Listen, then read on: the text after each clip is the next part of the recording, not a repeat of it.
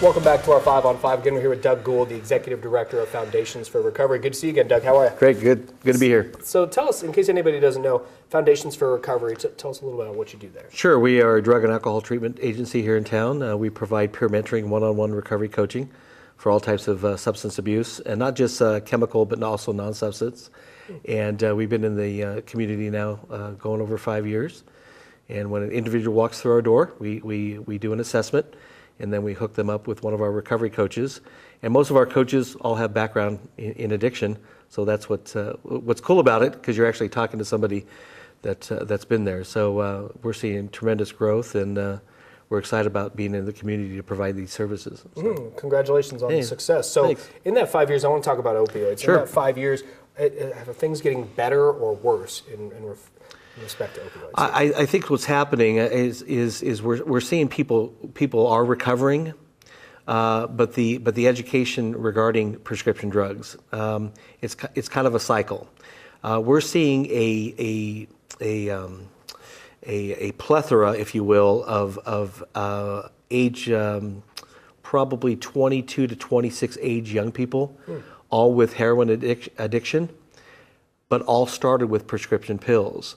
So we see that turnover, but I don't see any headway with it. But I like this new law that's coming up. Yeah, I'm going to ask you about that. So the legislature is trying to get something to limit the amount of opioids that people can be prescribed. Step in the right direction, you say? Well, it is. And I mean, right now we need to do something to curb the abuse.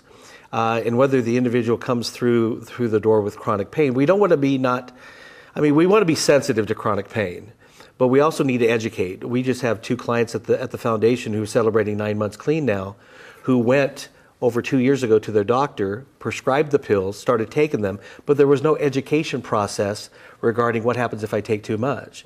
And then slowly they began to become addicted to these pills.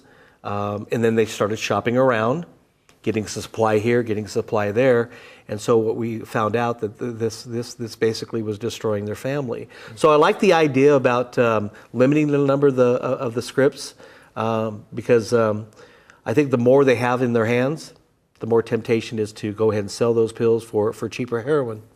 Okay, and I want to ask you about marijuana. Sure. In Oregon, we have medical as well as recreational marijuana. In rules and to control the substance, if you will. But what are you seeing when it comes to working with people who deal with addiction? Basically, and this is where I'll be more than happy to debate this topic. If the question is marijuana medicinal, I would say yes, but not in the state that we're selling it in. This is a highly addictive drug. It's psychoactive. The levels of THC that's being produced during the cultivation and gardening of this product is basically a drug. Now, if you want to talk about what the Stanley brothers have done through Colorado, have developed a strand of high CBDs, low THC, to me that's medicinal. I'll embrace that. Yeah, without the high. Without the high, yeah, but you don't hear that because there's no money in it. And if you ask the individual who is, whether it's taking it for medicinal purposes or recreational, if you ask them to go ahead and take that, they won't, because they like to feel that. They like to feel the effect of the drug, getting wasted, baked, stoned, high, whatever. And so again, we want to educate the community regarding.